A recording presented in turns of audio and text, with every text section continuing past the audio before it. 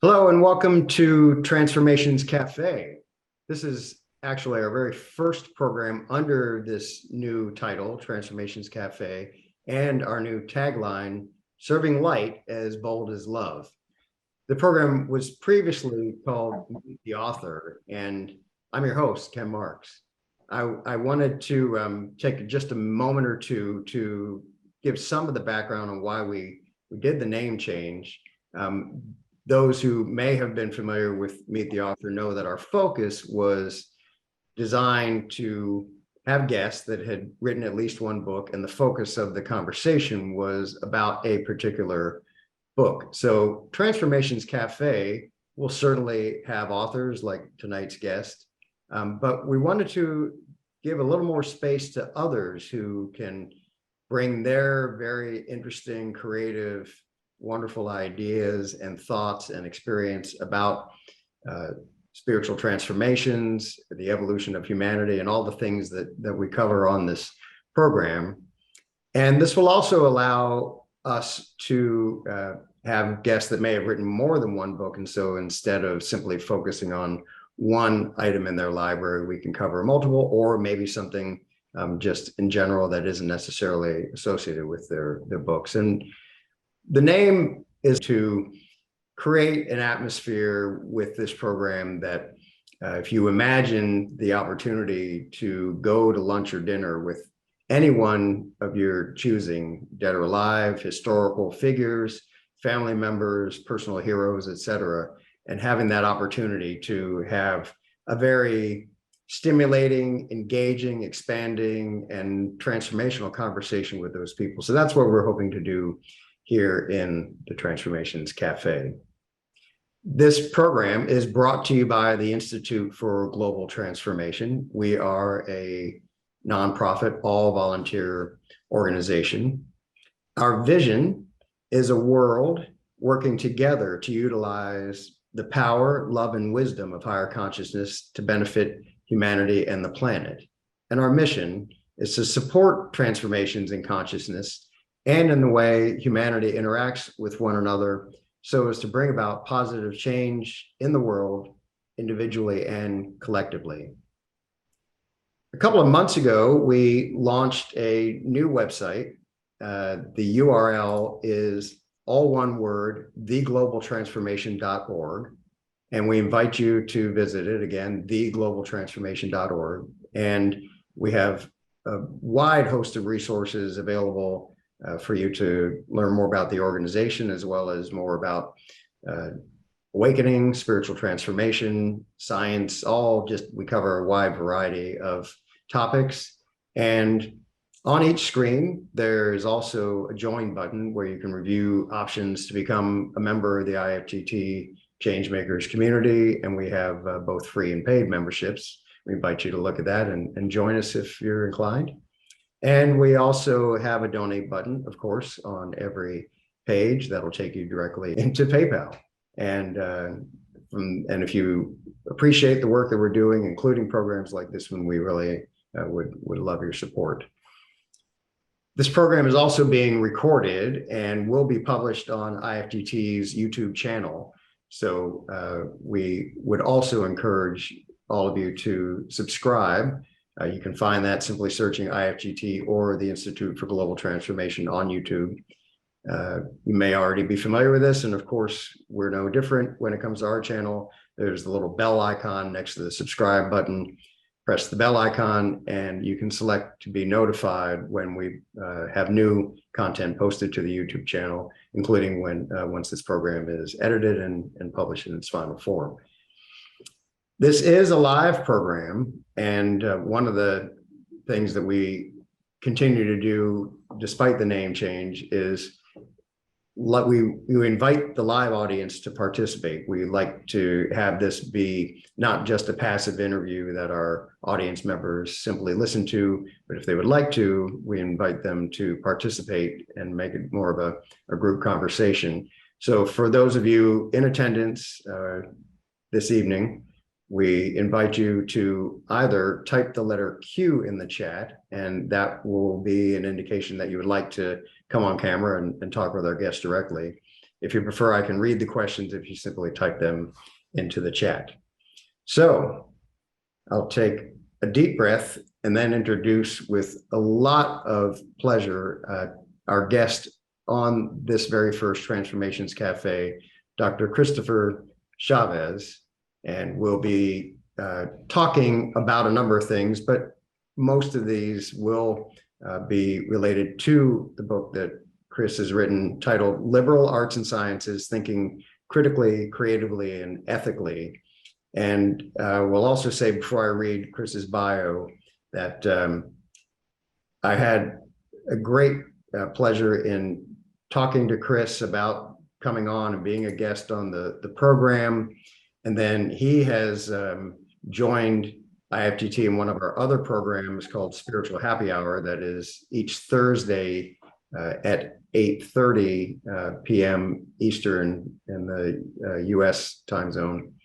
And Chris has come and joined us and participated in that for a couple of months now for most of these. And so it's just given us all a chance to get to know each other a little bit better. And I told Chris after we met the first time, I kind of feel like it would be great to go out and get a beer together and talk some more. So he's a great guy. I already consider him a friend. Chris, I'm going to put up a screenshot so people can see the cover of your book, read your bio, and then give you a chance to say hi. So Dr. Christopher Chaves has academic experience in nonprofit organizations and humanities, teaching at institutions including Southern Illinois University, the University of New Mexico, the College of William and Mary, the University of Vermont, OLLI. You're going to have to tell me what that is when I'm done, and the Episcopal Church.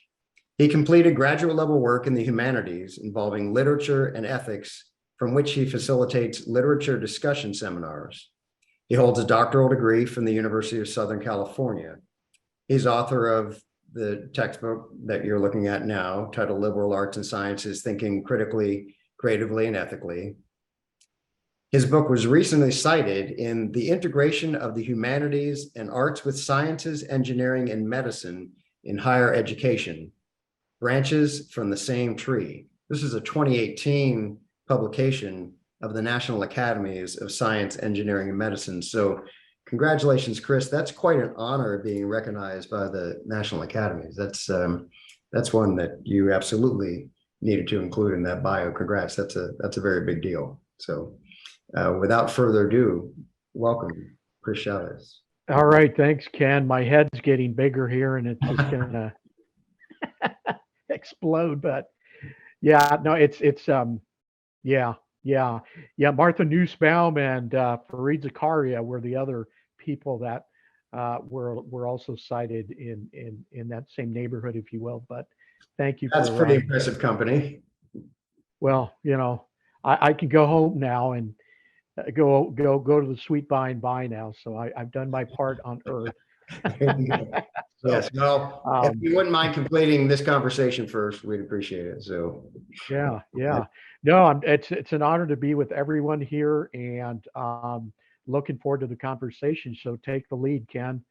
We'll do. And I want to set this up just a tad more in that I think a lot of times when people run into an organization like IFGT or programs like this, they're probably expecting something that might be a little more, I don't know, metaphysical or something along those lines. But one of the things that IFGT really tries to focus on is helping to kind of build those bridges or those avenues between things that maybe seem compartmentalized in not the everyday, and show how they really are in the everyday, because that does tend to promote the evolution of humanity towards something greater and something more loving and more light-filled, frankly. So when Chris first contacted us and said, would you consider me as a guest, I didn't know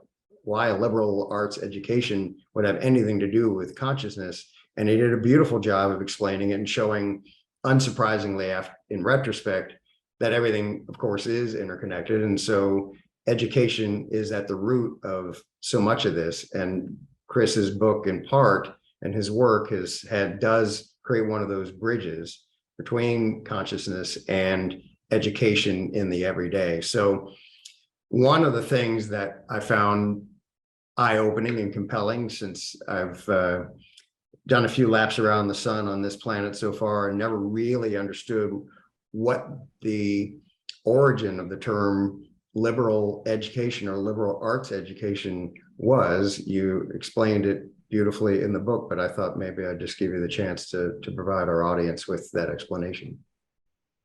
Yeah, I'd love to, Ken. Artes liberalis is kind of a Roman conception which describes education for the free person, the free citizen.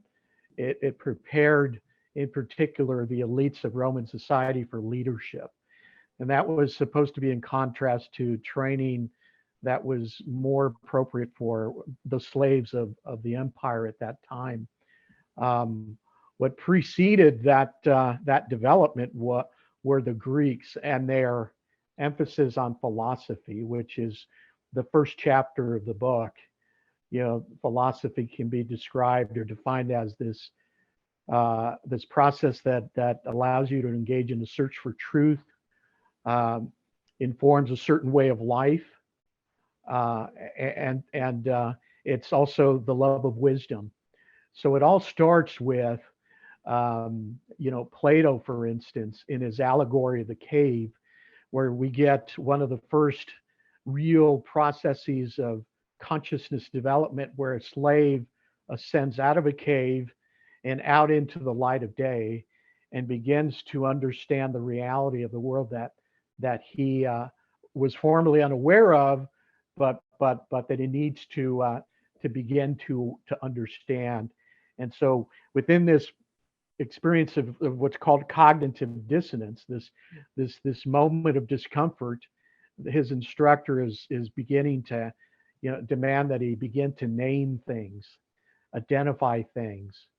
And so we see the early semblances of what is appropriate, what is encouraged, or what we call human agency, that the free human should have confidence about, is at expressing what they think the environment is like or what it's about, defining things, and becoming a lot more familiar with their environments, pushing out the darkness or the lack of knowledge, because the lack of knowledge is where we get fear about a lot of things in the world. And so those are the early semblances of the liberal arts experience in the West. Confucius and Master Lin Chi had his own process over in East Asia. In India, there was, Buddhism, and the Nalanda University, where they had, emphasis on psychology and introspection. But it was really in the West where we see Socrates engaging in this critical thinking project, where you see in the book Republic, where as a consequence of Athens losing this battle to the Spartans, Socrates, as one of the guardians of Athenian democracy, initiates this process of questioning the assumptions of that civilization, because they thought, oh, beauty, strength, and knowledge was the only thing that mattered. Well, they discovered that, it really wasn't. And so Socrates initiated the liberal learning process by engaging in difficult conversations, in many cases, questioning the assumptions that Athenian society, for instance, do only good to your friends and only evil to your enemies. Well, Socrates would say, well, why should a good person do any evil to even his enemies? And so these conversations, liberal learning types of conversations, are what began to emancipate Western civilization, going to that place where you begin to question the assumptions that underpin age-long cultural practices, ways of thinking that inform a lot of practices in society. And so the Romans would hire Greek philosophers in order to expand the education curricula of the liberal arts in Rome and throughout the empire. And so it began to include literature, philosophy, poetry, music. We develop eventually the 7 liberal arts that astronauts at this point in time through NASA are practicing. And you may wonder, well, what do you mean by that? The 7 liberal arts, isn't that something stuck in the past? Well, not necessarily. Every astronaut that coordinates with, Houston and those folks needs to engage in effective grammar, logic, and rhetoric to persuade their coworkers to make the right decisions regarding calculations and the like. So those 3 foundational, what are called the trivium skills, were necessary: language skills, logic skills, critical thinking, and then rhetoric skills, the ability to persuade your boss or your coworker about this option versus the other. And well, you might be wondering, well, how is the space station out there practicing the 7 liberal arts? Well, there's also music, geometry, astronomy, and which inform how the calculations occur. Music, for instance, if I was in marching band when I was in middle school, and when you learn about how to read music sheets, you learn about synchronizing a team. And so music informs how NASA synchronizes their operational plans to launch a satellite out into space at the right time using the right mathematical calculations. So music and math, astronomy and geometry, all of those original 7 liberal art components are still with us today, even though they're unbeknownst to most folks on the planet. But one of the things that the book makes a strong emphasis on is that in recent decades, there has been as we've all heard, a neglect of I would say the most important part of education, a liberal arts education, and it's the part that involves the perennial disciplines, the disciplines that help us with the work of life, not just skills for a job. And what do I mean by those perennial skills, those that develop these human traits? Well, we're talking about, history. Uh, History prevents us from making the same mistake over and over again. For instance, anthropology. Anthropology helps us understand more about where humankind came from, and the fact that the laptop or computer that we're using right now is a culmination of Chinese, Indian, Arabic, Mesoamerican, European, and American contributions. So one of the ways that we can begin to discredit, for instance, white supremacy or any kind of racial or cultural supremacy is through the discipline of anthropology that has the requirement, recognizes the contributions of all of humanity to the technologies and things that we have now that we all benefit from. It prevents the idea that one culture is superior or created everything, and while everyone else was just in the jungle and all of that nonsense. You've got political science, you've got philosophy, you've got ethics. Many of these disciplines that have been, marginalized in recent decades, and that need to be integrated into the STEM fields, the engineering fields, science, technology, engineering, and mathematics. And so, for instance, the pharmaceutical company, the design and engineering department that is working with scientists to develop a new drug for a certain kind of breast cancer, for instance, needs to have at the table, at the initial stages of the development discussions, the appropriate ethical values in that conversation. about how it's produced, how it's marketed, when it's when it's marketed, pricing structures, and the like. It doesn't necessarily neglect the marketplace needs of, uh, of demand and supply. It just brings into the conversation at the beginning the ideas of philosophy, for instance. Utilitarian ethics would inform the conversation by asking how can we create the greatest good for the greatest number of breast cancer patients using this drug. And so this is how philosophy, ethical theory informs the conversation. It sort of puts a block, not a block, but it regulates the tendency of only being concerned with profit and not enough on the human concerns that need to be there in the conversation itself.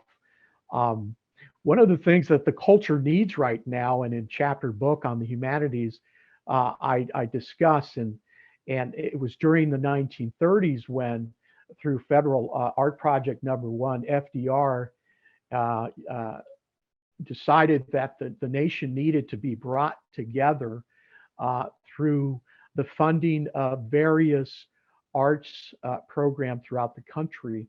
And so there was money set aside uh, and and basically through block grants and sent to each of the states, and each of the local leaders of those states and regions were asked to find writers, poets, musicians, actors, folks that could represent the various elements of American culture in that region, and basically create humanities programs at no charge or a very low cost to once again promote, celebrate American life. Because at that time, fascism, for instance, was at the gates as well. In the German American community, the Italian American community, the Hispanic American community. There in El Paso, Texas, there were Nazi elements across the border in Juarez, Mexico, who were supporting the Germans. And so a lot of what we see going on in the culture right now was occurring during the 1930s when, as all of you know, there was a lot of economic vulnerability. And so in order to rescue the culture, we needed the arts and humanities to put people to work and to give them something to celebrate. And the book talks about all of the different projects. Here in the Midwest, you can still walk into some of the old post offices and see some of the WPA art and paintings, the beautiful artwork that folks were able to do during that time. And so it was in large part responsible for sort of rescuing a lot of the culture's, the nation's spirit. And we know that World War II was just around the corner, but it began to push back a lot of the poison and the breakdown that was occurring during a time of the Great Depression, when I think about 25% on average of the population was unemployed. And so even during times of Great Depression, the humanities, the liberal arts were important and the like. But ultimately, a good liberal arts experience should develop the three human traits that help you learn how to learn, that help you evolve as a human being, that help you develop your consciousness as a human being throughout your life. And it's thinking critically, thinking creatively, and thinking ethically. And those three areas are the secular descriptions of what in the world of cross religion, cross spirituality is called truth, beauty, and goodness. So at the core, a good liberal arts learning experience should develop, promote the ideas, the personal traits, the community traits that promote truth, beauty, and goodness. Critical thinking, critical consciousness helps us arrive at important truths for ourselves and the group or community that we operate in, whether that's down the street or at our work or wherever it might be. Thinking creatively is this process where, a constructivist learning theory applies, where the philosopher's main question, or I'm sorry, the philosopher's main tool, I should say, the question starts the conversation. How can we improve this technology, this process, this relationship, this community? I've used this tool to encourage community policing in underserved, underrepresented, economically challenged communities of colors in particular. And so just a simple question, how do we improve this process, and involving all the key stakeholders in the conversation is how you engage in a very positive form of thinking creatively. The process or the objective is to improve the conditions itself. This process can go on, to the highest levels of technology development, social development, consciousness development. It's the idea of improving or progress, and the like. The key to that process is that there are certain individuals, personalities, whatever kind of term you want to use, that may not be ready for progress yet. And so compassion is practiced. Grace is practiced in that process because of the human condition, human nature, resorting to fear and insecurity about change. So that is one of the key things that is in that room, that space. And then finally, thinking ethically is important because, I like to say that our masters are they are very nervous about us developing critically and creatively, because the individual human being contains a lot of power in herself, especially with agency in this world. And so it's important to know how to develop critical consciousness, creative consciousness as well, to improve things, but also to wrap it, to discipline that consequence of creativity with the influence of the values of ethics, the conversation that says, what ought we to do with this new drug that would lessen the time of this type of sickness, that would address these forms of breast cancer. What ought we to do in this kind of situation with this product, this service, this nonprofit service that we are in the world to deliver. And so again, truth, beauty, goodness, ethical thinking is designed to promote and put more goodness out into the world. And so these are the sort of the perennial traits and skills, if you will, that a good liberal arts learning experience, which incidentally takes place in prisons, community centers, in churches, mosques, and temples, under a tree. Liberal learning experiences can occur anywhere, and it's not only the province of the ivory tower or the university or the local college itself. And so the book was written so that anyone could pick it up and just begin to read and say, wow, for instance, how do I engage in critical thinking? Well, I include the intellectual standards. Well, critical thinking involves clarity, precision, accuracy, breadth, depth, logicality, significance.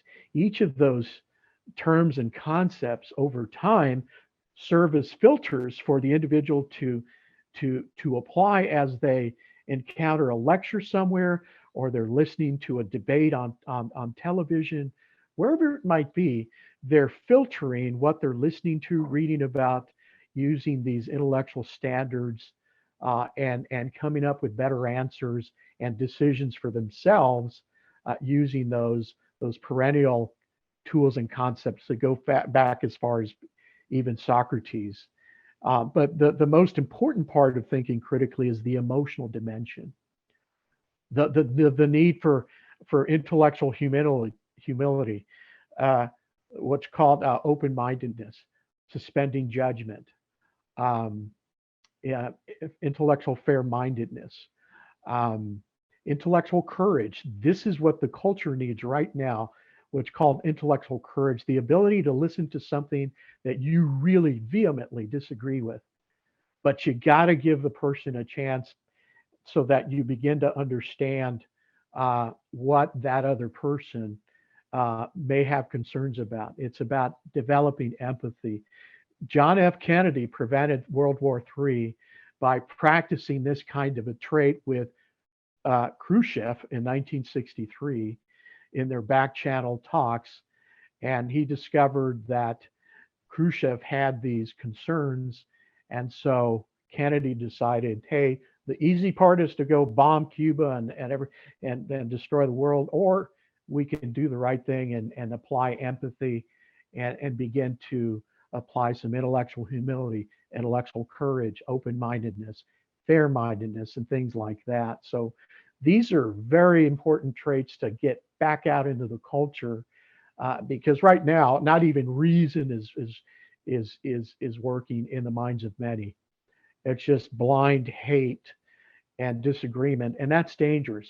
You know, I'm a vet, and I love my country just like everyone here. Um, I'm honoring our vets by doing this kind of work in the world, because this democratic republic is worth saving.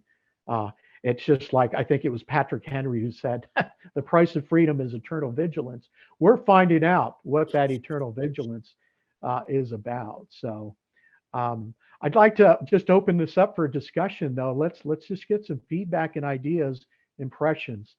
So no right or wrong answers. Let's hear it. So let's open up the conversation.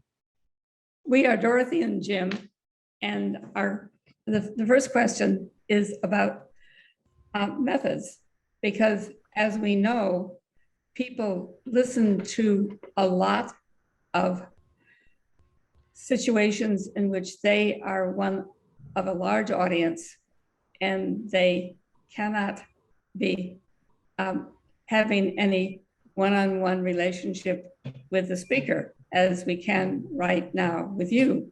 And yet what you're saying needs to be taught in the way of, say, for instance, teaching critical thinking. So my very specific question is, can critical thinking be taught without the feedback individually to the learner? That's a great question, Dorothy, and I'm not just saying that, and the answer is absolutely yes. I'm not selling the book to you, but the chapter on thinking critically has very practical steps for an individual to begin that initiation process of familiarizing themselves with the terms and concepts that creates a critical consciousness. And so there's a section on what clarity means, the need for precision, the need for relevance, the need for depth, breadth, the need for significance, and the like. So yeah, it's I wrote the book in such a way that it has a timeless textbook approach that needs updating every so often.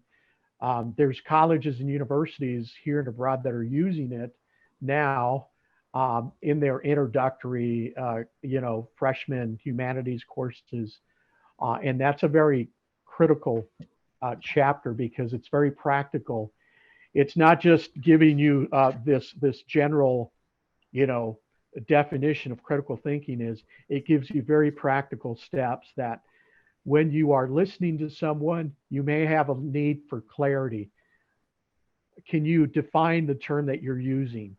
You may have a need for precision. Can you give me a precise example of what you're talking about here? You may have a need for accuracy. How are you corroborating your very precise, statistics? Relevance, how is your point relevant to the topic that we're discussing, for instance? And then there's depth, your right to, listen to someone with deep knowledge about their discipline, or the idea that they should provide you with a background knowledge about the issue itself. They should have a good grounding in what the issue is by providing a good background, for example, the issue. Significance, they should be able to provide you with the most significant, the top 3 concerns of that issue, for instance. Logicality, the conclusion that they're giving you, is it based on the premises, on what they just explained in that talk, in that debate, or is that conclusion just totally disconnected from the premises that they just gave you as their argument? So very specific, plain process there to learn, by yourself or as a part of a group, the skills of thinking critically.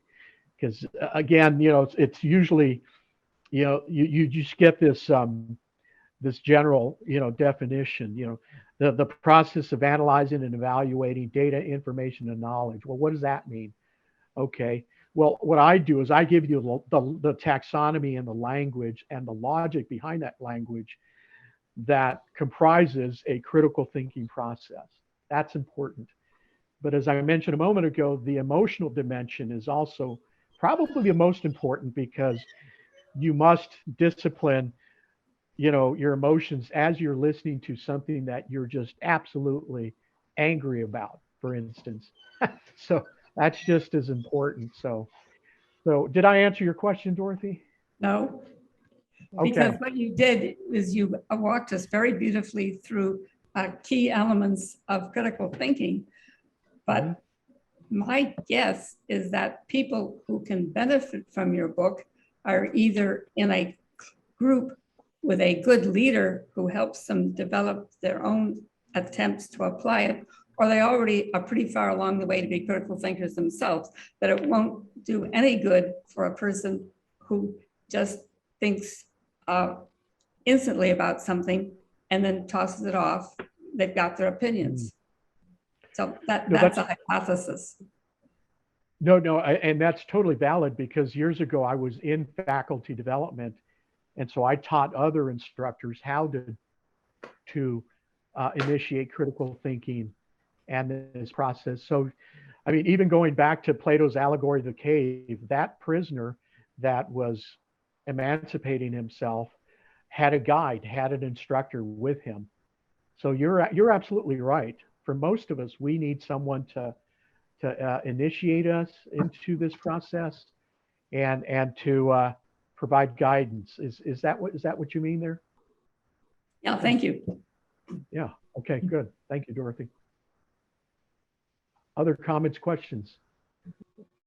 Yeah, go ahead, Sandra. I remember 40 years ago, when I was in fine art school, writing letters to Ronald Reagan about him taking art out of the public school system. Then in 2000, I moved to rural Georgia and started working as an art teacher in a Boys and Girls Club. And I just knew it was wrong when I wrote the letters in art school. And in 2000, I know exactly why it was wrong. You get the most bang for your buck through the arts. It supports every other facet of education. Every other facet supports, from learning how to focus, from learning how to play with a knife, from learning how to interact with things, from faith to learn how to, go with a process, and you even sit still in a chair, and highly useful in mathematics and everything else. It Absolutely. makes human beings. Yeah, that's the For nothing. the It is so cheap to teach. That's the kicker. yes, yes. Yeah, well, it was sad though that we went into an era where the economics became the primary concern in our society, and if it wasn't, if it seemed like it wasn't adding to the bottom line, then it was marginalized.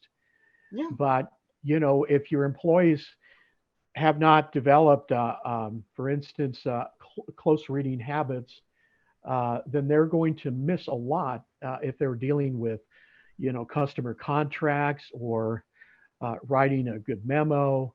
I knew of an attorney in Indianapolis who lost a $200,000 contract because he told me I didn't develop close reading skills that I could have in courses in literature that I could have.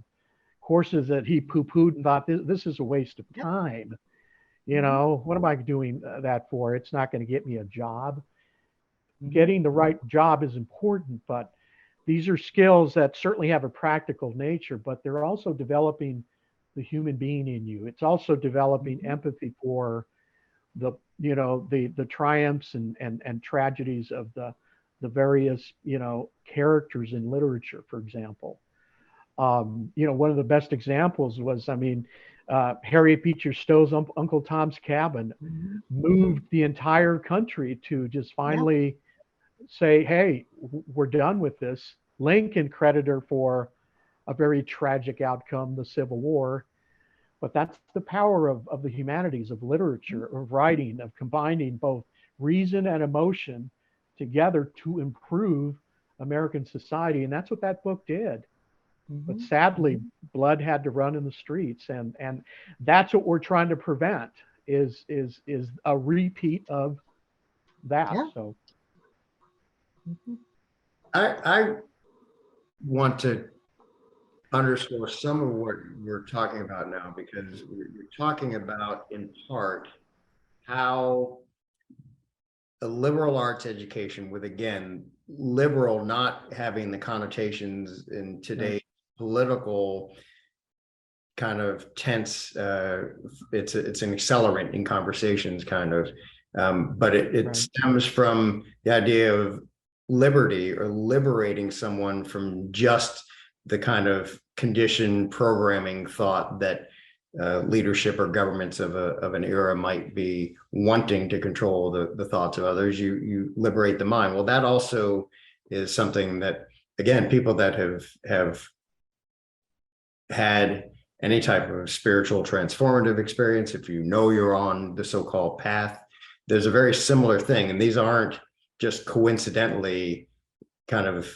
related. They're part of this continuum of who we are. And there was an interesting quote I found in the book, because it always kind of fascinates me, of just that some of these types of discussions involving higher consciousness or other aspects of ourselves beyond just our physical human form have been on the minds of people for thousands and thousands of years. So the quote is about Socrates. It says, Socrates' dialogue with the aristocratic Meno places the immortal human soul and its relationship to the cosmos at the center of learning. Socrates defines learning as a process involving both remembering at least one thing from the soul's memory banks, then these representing a knowledge management systems of sorts, and engaging in search efforts, or what we understand today as social or scientific inquiry.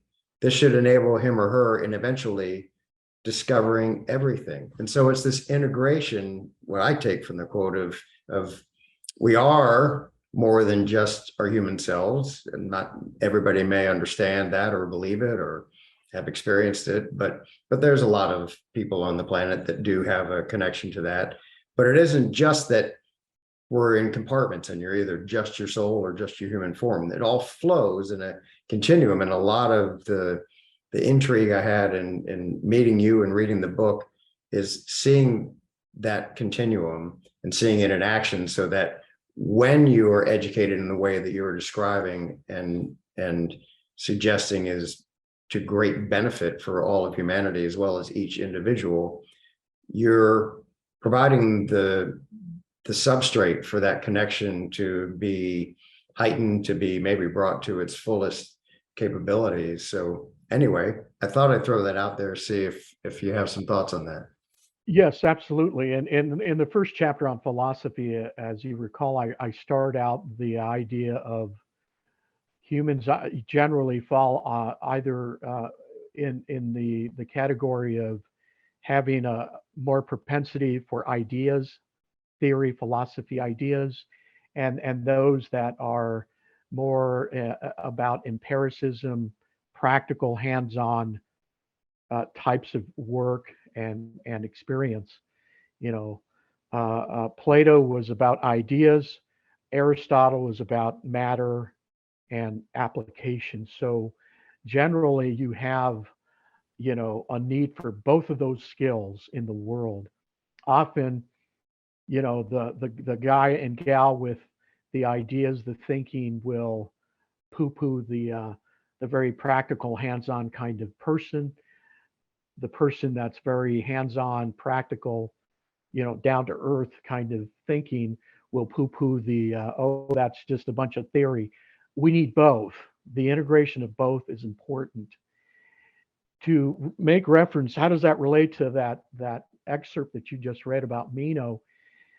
One of the ways we can interpret that passage is that we discover that certain people have aptitudes for mathematics, for engineering skills, for writing skills, for speaking skills, for certain kinds of thinking skills. That is what that individual is born with. And so questions or a career discovery conversation draws out those things that individual has. That's one of the ways we can interpret that passage.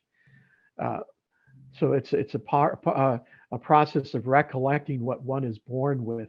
The propensities, the aptitudes that we are born with become apparent to our parents, our teachers or counselors, whatever person in society, and that's what we run with. And so again, it tends to fall into either the world of ideas or the world of application, the world of arts or the world of sciences.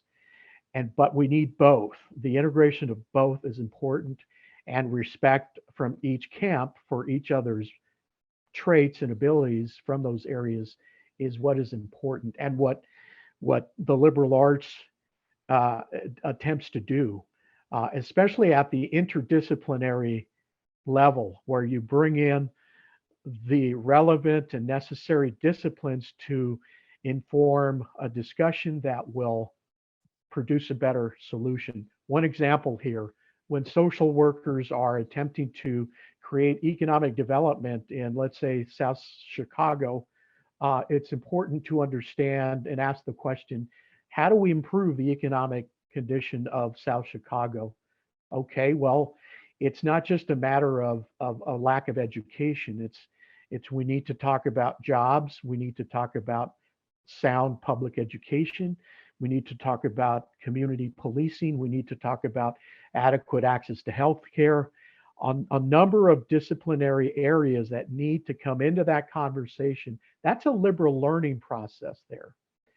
And so that can happen when there is what's called the psychological safety for the members of that discussion group to bring in each of these necessary components to create the best possible solution. That's the liberal learning process. You're right, Ken. It's not, the left of center politically way of learning process. No, the term liberal it needs to be understood within its ancient conception, the way the Romans did, the Greeks did. And it's basically the individual that's in the process of liberating themselves from bias, prejudice, Mhm. racism, misogyny, all those isms that poison society. Because they're allowed to have discussions, because they're allowed to go there, they begin to understand more about, well, now I know why you wear your hair that way. Now I know why you speak that way. Now I know why you think that way. You know, um, there was an instance that I dealt with years ago. There was a young woman who was very anti-military, and but I engaged in with her about why, help me explain why you feel that way. Well, she remembers her uncle coming back from Vietnam and being spat upon and treated like dirt when he came back. And so that painted her nature of reality, her whole perception about the necessity of national security and the military. In the best of all worlds, we don't need a military, but nonetheless, so I began to realize, wow, for the love of her family, her uncle, she developed this feeling about the purpose of the military, for example, or the purpose of police, or whatever it was that. And so instead of me saying, "Oh, you're nothing but some kind of a hippie or some kind of a lefty, this or that commie," I began to understand and say, hey, you know what? You're absolutely right. They were mistreated, and it informed my work years ago when I was in New England supporting veterans and military families, and on their experience when they return from the battlefield. So that's just one example there. Yeah, I'm getting reminded of how, in some broader sense, what you're describing, this type of education creating within each person and then on greater and greater collective scales, is a more compassionate, empathetic society. Yes. And it builds the compassion, which, for those who study any religion or study any spiritual histories or philosophies, the root of most things is love, not in necessarily the hallmark sense, but in the sense of kind of a greater love, like people describe when they recount their near-death experiences, and they just have this sense of love that they can't really even articulate well, just because it's beyond words. And so, but that is, I think, another form of connection between this type of education and learning and opening up towards something more compassionate. And you also reminded me of another story that I've shared a couple of times since I read it in your book, about this interesting experiment that was done at Bell Labs, where they had management go through a liberal arts training, and to a person, everyone reported that that training changed them, but the company pulled the plug on the program because most of the people that went through it started having more of an interest in doing these heinous things, like spending more time with their family or getting involved in their communities, not being driven by the corporate productive environment. So the company wasn't making as much money, I guess, or they feared they weren't going to. So they stopped training their management in that way. But it was a nice example of how that kind of training can change a mindset. And it's, I think, again, the interest that connects your work with what IFGT is about is that bridge to how would we do this idea of spiritual transformation in a very everyday sense.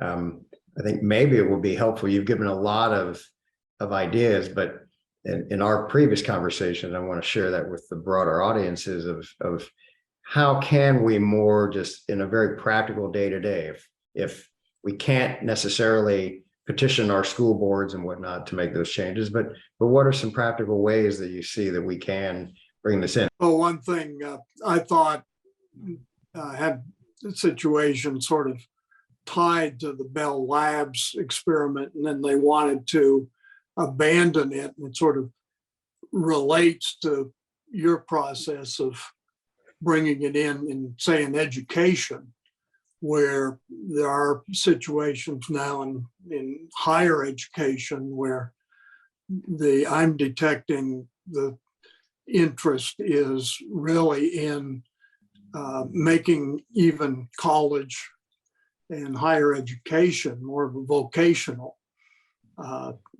education. It's sort of like business and corporate, and it ties to your comment earlier about the economics kind of took over, whatever, that they're looking to basically program that to being corporate training in higher education rather than people being educated or learning to think for themselves or freeing, which, you know, is your point on the liberal arts. And I've had in the back of my mind when I read the email of, you know, how do you push that into education when it seems like the resistance is all the other way.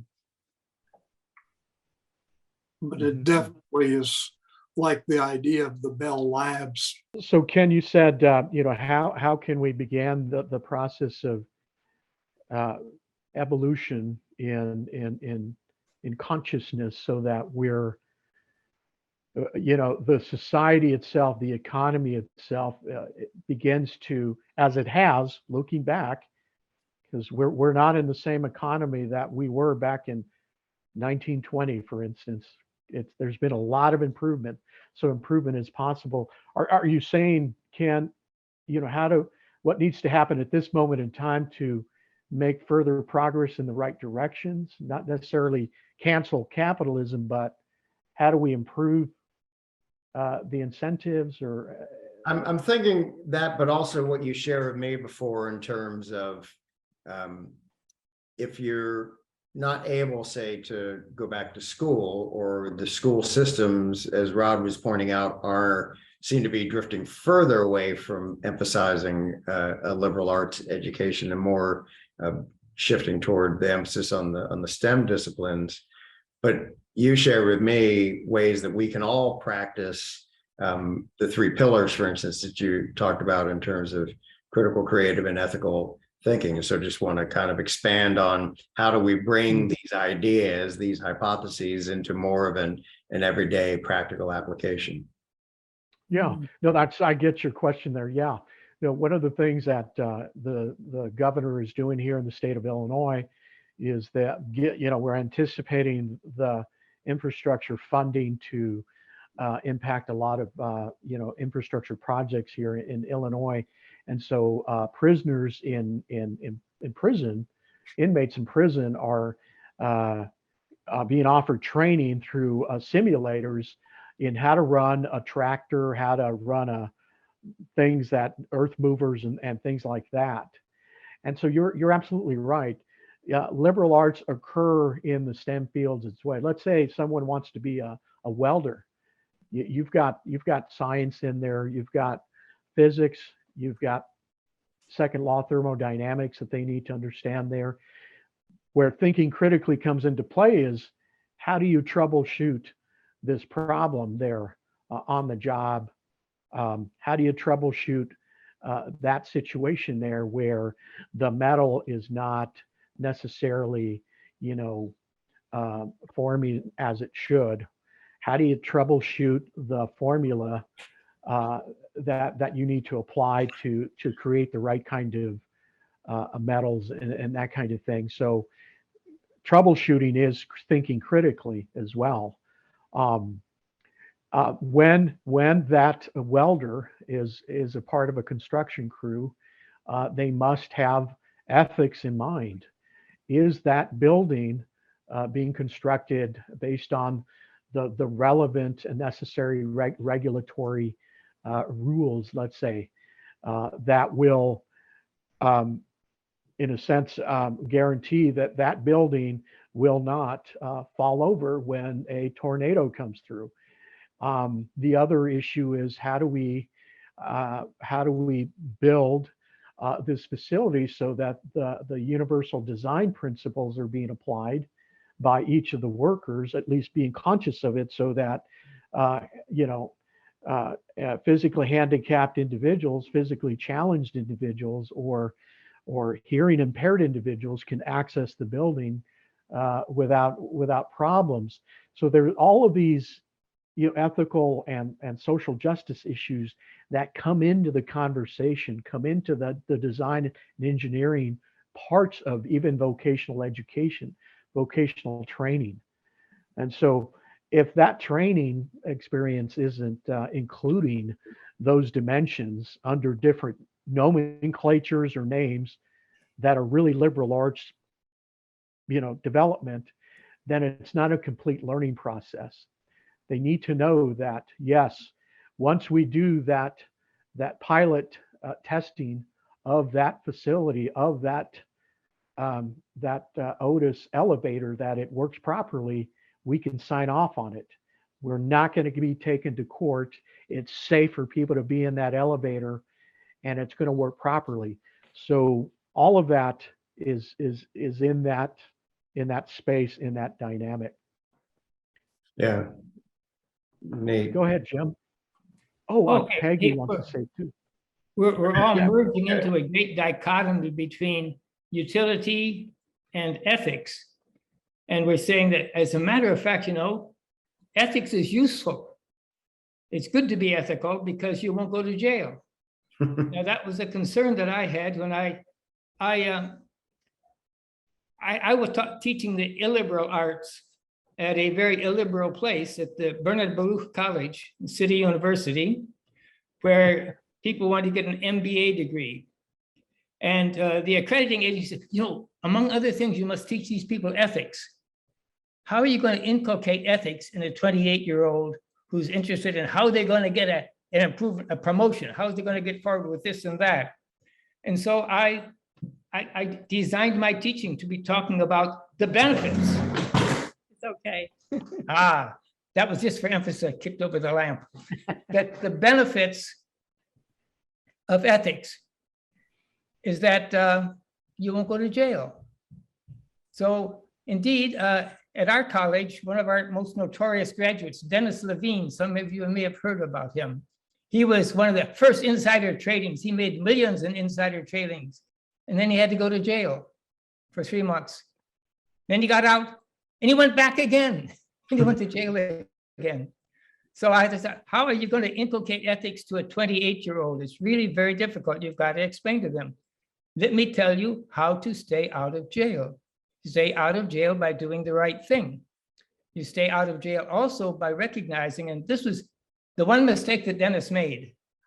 He thought that the government people were not very smart, as he was on tape. He said, you know how much they get paid? Those guys can't be very smart. They don't get paid very much. Yeah. He thought that people who aren't paid as much as he was making can't be as smart as he was. He was wrong, because they were smart, and they caught him and they sent him off to jail. So I want to see that we're all merging, as I say, in this way of saying, ethics is good for you. Yeah, you'll stay out of jail. It's a good thing to do. It's very practical. This is what my MBA students finally learned, the utility of how to stay out of jail. And I think that I created more virtue in New York City by being practical in what I was teaching them that way. But I retired now, so I'm not doing it anymore. No, I started my career teaching business ethics in California, so I know what you mean, and it's a tough sell. But many times you got to start out with this is how your wrists are going to be wrapped. But for instance, when the whole issue of relations between men and women in the workplace came up during business ethics, I would use case studies about, for instance, that involved the young woman who's in college who has gotten an administrative assistant's job in this company. Her manager is a male individual, very nice man. And so we asked the question, should he ask her out on a date? He's a nice guy. She's there, you know, to pay for college and has aspirations, ambitions about, you know, being hired on in the company. So what are the dynamics? What are the issues involved with that potential relationship? And so we begin to realize that if they went out and, but she decided, no, he's just not my type. And he thinks she is his type, big time power differentials. He may retaliate against her, sabotage her ambitions, and so on and so forth.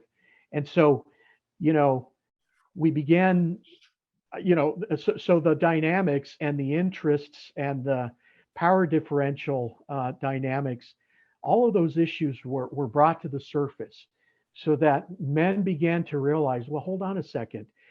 That could be my daughter, and I would certainly wouldn't want the supervisor to all of a sudden dislike her because she decided that she didn't want to date him. And so that's not ethical. That's not fair. And so it just seems to, you have to go to where the rubber meets the road, you know, where real life occurs and those dynamics, you know, what are the dynamics present in that scenario? And, you know, it was very uncomfortable conversations. You know, it just, the dynamic in the room gets really tense, as you know, because we're all we've all made some embarrassing faux pas somewhere in our lives. We're human beings, whether we knew it or not.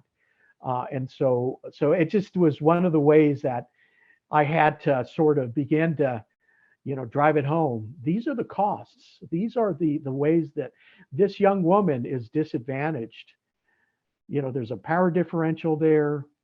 You know, because of that power differential, he has a lot of say so about her future.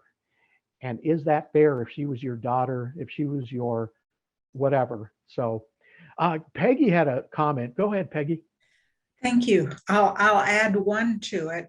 When I was in the 70s working in Indianapolis as a legal assistant, I dated one of the attorneys in the firm. And it was not someone for whom I worked, but when that came to the attention of whomever the powers that be were, I had to leave because that just wasn't done. But what I had wanted to ask, back to the economics and the emphasis on Ken, that you were saying on the simple profit, and they let go of the program that they had going because they thought it was impacting the profit. And so that's what I'm tying into. But remembering also in the 70s, reading and working with a book on the management grid that put out the idea that if you're a good manager, a good running a profitable company, you put equal emphasis on profit and on your employees. And then that obviously faded away. And my question is, do these sorts of behavior in corporations and businesses, do we seem to be swinging in that direction? So I'm wondering, because so many things operate on a continuum and a pendulum, is that, can you tie into that in any way? What's going on in the workplace generally today, or is it just not discernible? Mm-hmm. Yeah, no, that's a tough question, a very very good question, because there's no easy answer to that, because that's what we do know is that we no longer are necessarily in the robber baron economic system of the late 19th century, early 20th century, for instance. What is driving the conversation right now in our economy is that the market should not be questioned. that the idea of demand, supply and demand cannot be questioned.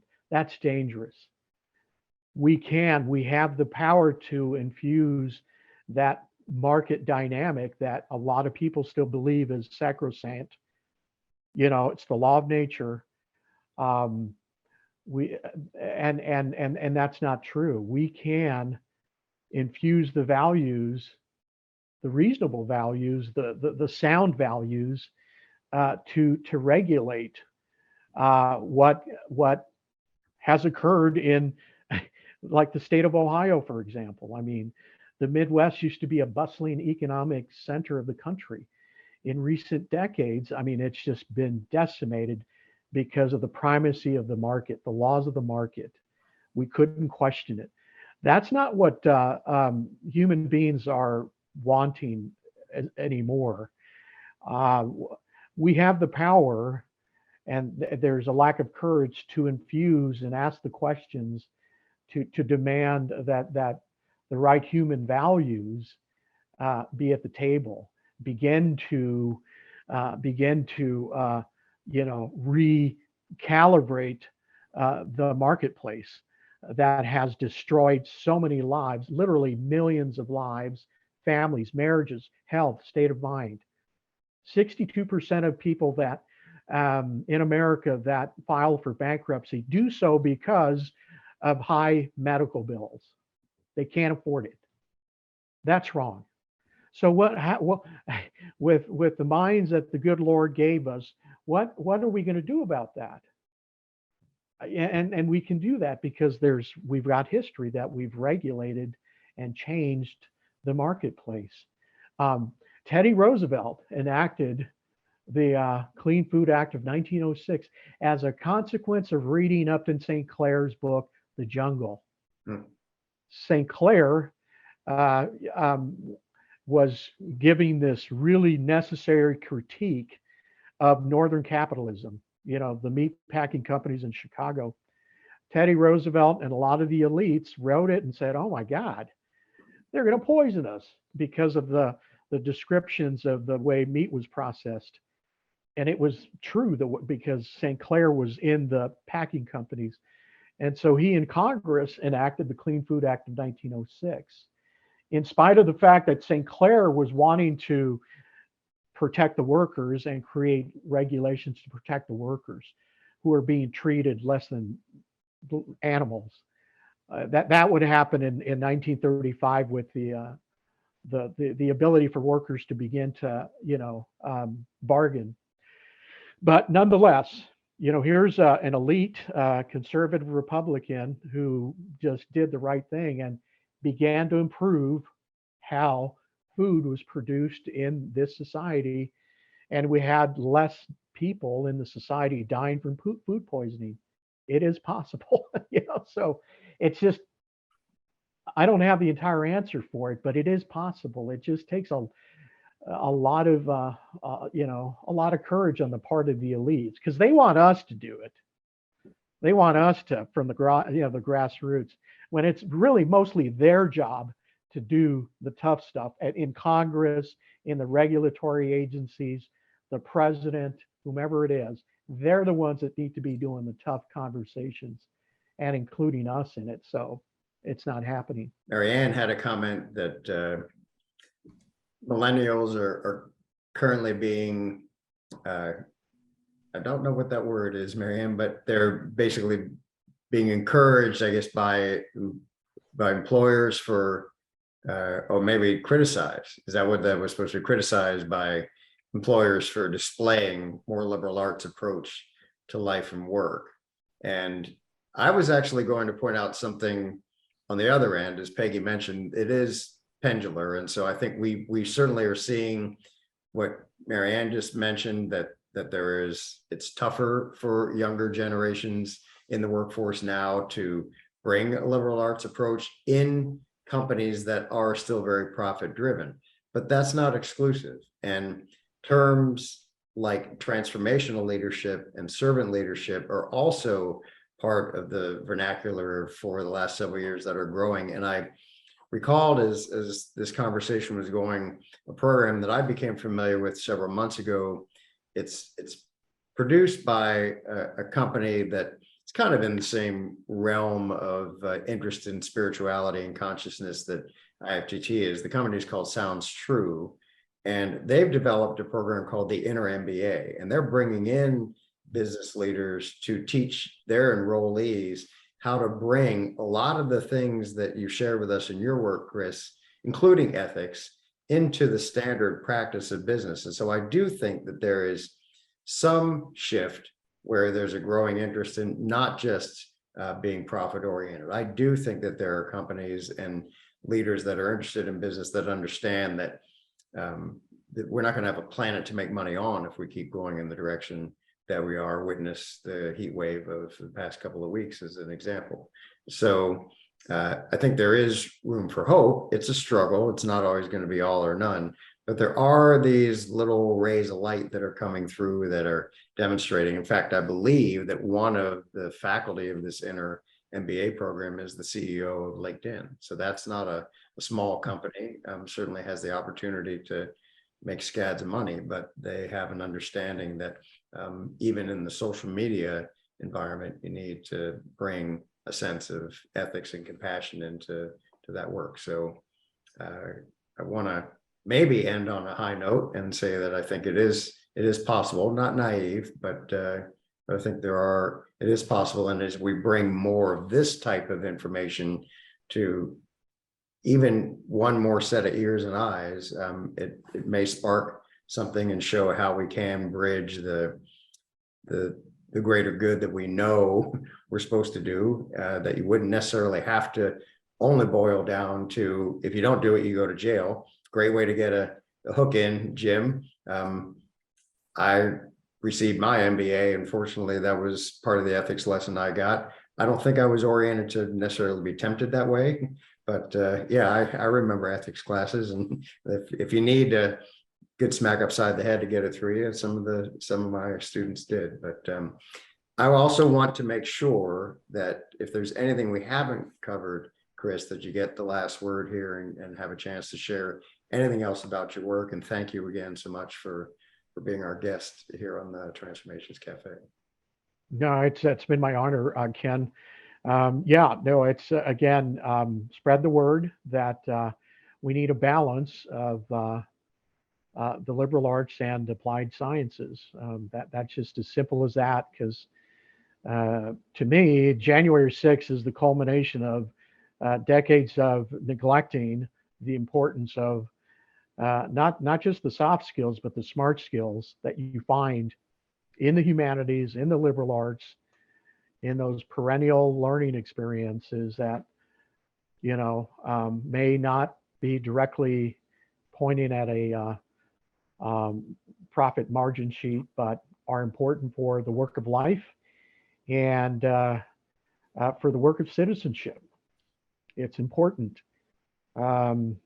We can all become wealthy but if we're not citizens, we don't see each other as fellow citizens, as fellow family members. We don't have a world or society or country. So anyway, I hope I don't sound preachy, because that's not it. I'm not the only one saying it either. So words to the wise. It's something that we can all be always reminded of and benefit from, and to see how this isn't just a passive thing that lightning will strike. It takes some application and some effort and practice, and I think that's what your work has shown us, in a framework to go about that. So we're all better off for having received that. I'm pleased to have had you as a guest and again get to know you more, and thank everybody who joined us this evening. It's a great discussion. Learned a lot, which is one of the benefits I get every month from doing this. So I hopefully am becoming more liberated in my own life and thinking by all the things that I learn and get to share with you all. So thanks so much to everyone, and we'll see you again next month. Thanks.